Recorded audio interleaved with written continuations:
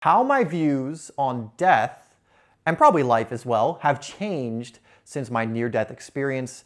This is essentially me going over my near-death experience and the purpose of life that really opened up to me since then.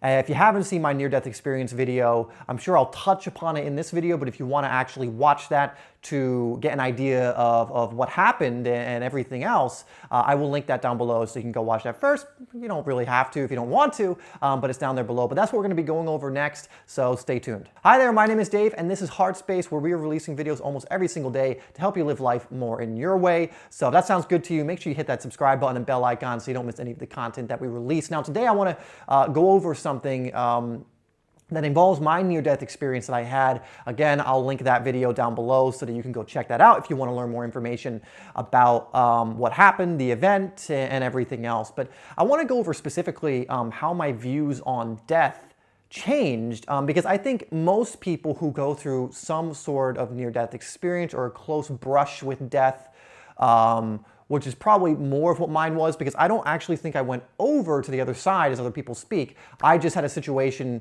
and again, you can go in the video to check it out to find out, but I had more of a situation where I was close to that point where it could have happened, but I don't believe unless it was very momentarily crossed over or anything of that nature, but I did have a divine encounter, you can call it, or a very, I don't know, spiritual encounter, when that happened. But it definitely changed my view on life. It definitely changed my views on the purpose of life for myself. It definitely changed my views on death. And so let me get into exactly how it changed. So, you know, for most of my life, my view on death was probably very congruent with how a lot of people's true view on death is. You know, a lot of people claim that they have certain views about death and they're not really worried about it. Maybe if they come from a more religious background, I know I'm going to go to heaven or whatever else it is. And that's great, because we're going to talk about that in a moment. But when you really look at it, a lot of people, they do fear death. They don't want to die. They do things that they think protect themselves. I mean, you look at what's going on in the world right now, and you can see a lot of fear of something that people believe is going to kill them coming up. So I think a lot of people are in just fear of death in general. And I lived that way, you know, for most of my life. You know, I was a kid that was raised on kind of that standard of being like, yeah, you know, we live and then we die, but you don't want to die. You know, some people die young and that's the tragedy and all this different stuff. And so my views on death was pretty much that eventually got to the point where death is something that happens and is permanent, and that's it. You know, you never get this kind of existence again. You know, there's no any second chance. If you lived a crappy life, you know, the whole idea of like the regrets of the dying and all this different stuff, you know, that's it. You know, if you're 89 and you're on your, 89 is a weird number to choose, but 89 and you're in your deathbed and you have all these regrets, oh well, you're gone and you've missed your chance and all that. Although I do believe you should live your life to the fullest, and again, we'll get into that. But that's just to give you a framework of how I was thinking about death pretty much before this experience. Now, leading up to this experience, funnily enough, my views on death were already changing. I was listening to people like Alan Watts, for example, whose ideas on death I really enjoy. You can take a look at some of his talks and how he talks about it, and the process of life, and how life is a continuous process and you're always in that process. And so, although I hadn't really internalized these ideas yet, about things after death or death not being that big a deal and all this other stuff. Although I had not internalized that, I had been exposed to these ideas and they were sort of connecting. They were starting to connect, and I was starting to understand it a little more fully, and perhaps the near-death experience was really came my way to really nail in what I was already learning, but to really give me, instead of just an intellectual understanding of it, an experiential understanding of it. Because what happened during my near-death experience, like I go over in that video, is I had a moment where I knew, and I just knew it, you know, things weren't looking good. I went blind at one point, all this different stuff was happening. And of course, at the beginning, there was a little bit of panic on my end. And like I go over in that video, when the presence came to me, this divine presence. You know, you can call it whatever you want. You can call it, some people told me it's Jesus. Some, you know, I like how people try and tell me what it is, even though they didn't experience it. But some people told me, you know, and it could very much have been. It could have been the energy of Jesus. It could have been Jesus himself. It could have been God. It could have been whatever label you want to put onto it. It was some kind of divine energy, universal energy, something of a higher nature with higher awareness that came to me. And in this moment where I knew, like, this is a very big possibility I'm not going to return to the physical. And this is it. This is it for my physical existence as the person known as David McEwen with that identity. That's it. And of course, at that point, my belief system wasn't necessarily one of like, there's anything after. You know, like I would have probably at that point still, if I was really honest, still have believed, yeah, it's just like you get this one life, live it to the fullest, and then that's it. You know? However, in this moment, this experiential moment when this presence is right there and just this unbelievable, unconditional love was just being radiated from this presence and was filling me up with this unconditional love. It's so funny. Every time I talk about it, I get teary-eyed a little bit. You might not be able to see it because I'm getting like a little, because I'm like reliving the experience a little bit right now. And it's just, whenever I think, and I know I'm going on a tangent here, but whenever I think of just this presence and this love that was radiating from it, this embrace almost that I was getting from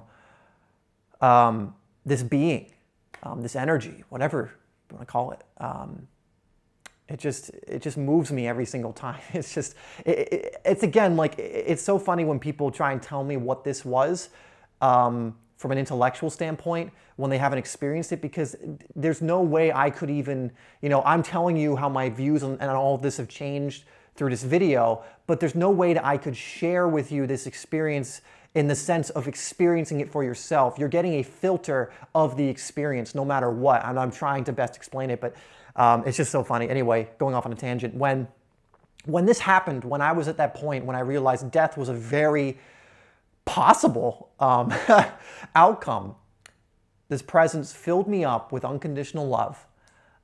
Just, again, it's so hard to explain, but that's all I can say. And I just immediately, I shifted from this person who was a little bit panicked to this person that knew everything was going to be okay. And not everything is going to be okay, like, oh, you're going to survive, and clearly that's what happened, but like, you're going to survive and you're going to be able to go off in your physical experience and continue doing that and whatever. Not that kind of okay, like, oh, it's going to be okay, you're not going to die. No, that's not what I was communicated. What I was communicated was, no matter what happens, whatever event actually takes place here, you're going to be fine. I got the very distinct idea that this wouldn't be the end, that I would just move on to whatever's next. And that whether I decided to stay or whether I decided to go, either way, everything will be okay. Either way. So in that moment, my fear of death just completely dissipated. I started laughing.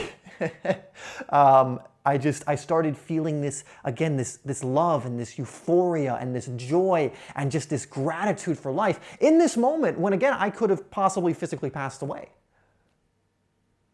And just the fear vanished completely and was replaced by really the only other true emotion. All other emotions are stemming from either fear or love, but was replaced by love and that euphoria and just this laughter. And again, like I go over in that video, the being, this divine presence asked me, and again, this wasn't out loud, this was all going telepathically, this was all going on within me, and with this being, you know, my girlfriend and everyone else was kind of panicking in the background. You know, I wasn't talking out loud or anything. But it asked me, it actually asked me. And I just remember being so blown away by this later. Like in the moment, I was so filled up with joy and euphoria and love. Like it didn't seem off, or it didn't seem as cool as it would later, you know, but because I was just in it. It asked me, do you want to stay or do you want to go? I mean, that's not verbatim. I think it asked me, do you want to go? Like, do you want to come with me? And it actually asked me this question as if I had a choice, which I thought was very interesting, especially looking back. It's like, I actually get a choice here? So if I say no, just I'm going to come with you and gone. If I say yes, you're going to help me not go? And that's what I was told. And in that moment, with the fear of death gone, meaning I could have probably easily chosen, yeah, I want to come with you. This is amazing. Like, if I come with you, am I going to feel like this all the time? Like just this unconditional love and euphoric, just feeling and all that. So it wouldn't have been a bad option, I think. I mean, it would have sucked probably for, my loved ones in the physical who I know that would have been heartbreaking. I couldn't even imagine, because I think of someone that I love in the physical leaving. Like, that would be, although my views are different now, so it would be a little less painful, but it would still be incredibly painful, especially if you don't have this foundation of belief. But in that moment, I knew I didn't want to go yet, but I also knew that my choice wasn't coming from fear. My choice was coming from love. I wanted to experience more of life on earth and see where it unfolded. I want to experience more of the ebb and flow of material existence, of being a spiritual being in a physical human body. And so I said, no, I don't want to go yet. I don't want to go. But it was very interesting that I made the choice not from a place of I don't want to go because I'm scared to die. I wasn't scared anymore to die. But from the choice of I want to live. I want to live in this form and see where it takes me. And so, again, like the story goes, instantaneously when I gave my answer to that question, it was, again, in this telepathic way. It wasn't I thought of this. It was put in my head to do what's called the Wim Hof method. And again, you can go over to that video to check out all the details, but essentially I did this method. I ended up being okay. And obviously I'm here in front of you. So I didn't die physically. And so my views on death changed radically that day, from one who was kind of seeing that, yeah, life is a process, it's ongoing, the process never ends, you never actually technically die, you just change form, to holy crap, I experienced that, and I was made to see that this is very real. That anyone you know who has passed on, they've passed on simply in this form onto the next. They passed on from the identity as you knew them. So mom, dad, me would be David, whatever. From that identity, which is just a label, which is what your name is, but not what you actually are. They just moved on to the next thing in the process. But it's a continuous process, a closed system that's always moving, that's always going, that's always in this divine energy. And this view on death brought with it so much more purpose, in a sense that I'm like, you know what? If I'm no longer scared of death, I don't fear death. And sometimes that fear has come back up, but for the most part, it doesn't. Where I'm like, I'm not. And when you remove the fear of death, what else is there to be scared of? Very little. And so through changing my view on death through this experience, and again, maybe this will help some of you change that fear as well, but it showed me that essentially the illusion of the fear of death. This doesn't mean you want to die in this form. I obviously didn't. I wanted to come back so that I could continue experiencing, but I understood in that moment that if I had chosen to leave, and whenever I do leave, whenever my soul decides it's time up, maybe I'll be, in my 90s having lived a full physical life in this form, or maybe it'll be much earlier than that. I have no idea. But either way, I'm not fearful of that happening, and I'm more focused on living from as much purpose as I can, from living from as much of that divine part of me that I can, that part connected to God, and to just focus on living the best life that I can, understanding that there's nothing truly to be scared of. And that because I know, even if death was approaching or whatever, that everything's still fine. That, great. My time as a physical being this time around, because who knows how many other times that's happened for my soul specifically, but my time as a physical being, known as David McEwen, going, having the relationships he has to other physical beings in the physical world and blah, blah, blah. That's just that part of me has come to an end, and I'm on to the next adventure. I'm on to the next expression of divinity. I'm on to whatever is next in God's universe, in this incredible, wonderful, amazing thing we call life, this process, this everything. And so in the 2 years since that happened, it's been 2 years now, almost exactly two. I wonder if it's been, that'd be interesting synchronicity. I should look into that. It might have actually been exact, what is this? I'll find that out later, but like it's very close to the actual date this happened. Maybe that's why I've been drawn to make this video. I wouldn't be surprised. But it's been about 2 years, maybe exactly. I'm so curious about that now, but maybe exactly 2 years since this happened. And my life has been so radically different in these last 2 years compared to the previous 26 because of this shift in my way of viewing life and death that was given to me, again, by that divine presence being that presented itself to me in that moment. And it goes to the point where I think a lot of people, and it's not like people need to have a near-death experience. People can understand and learn these things through not going through that. For whatever reason, that's what was brought to me.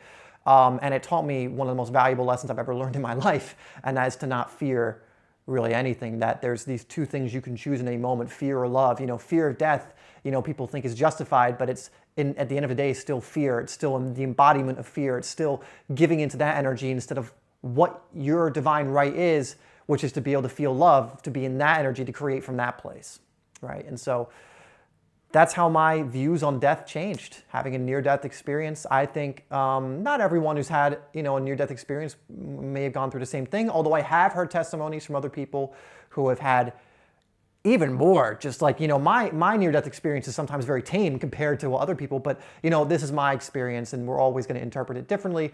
But I'm always grateful when I make these videos, when I'm reminded of this experience I had, that it happened. I wouldn't change it, because the lesson and the viewpoints and the perspectives that I gained from this experience have been life-altering, as you've probably gathered from what I've said. Anyway, to prevent myself from rambling on even more, because I can understand that this is getting pretty long, I'm going to end it there.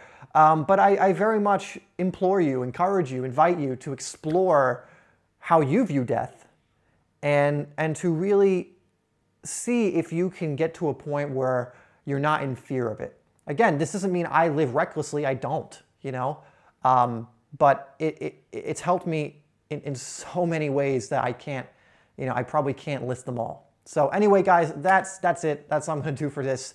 I don't know if I'll be making any more videos on the near-death experience I had. This is the third, just to explain different things. But again, if you want to view the original one where I go over the actual experience in full detail and the whole video is about that, then please go check it out. I hope this has been useful in some way to you, valuable to you in some way. As always, I love you, and I will see you in the next one.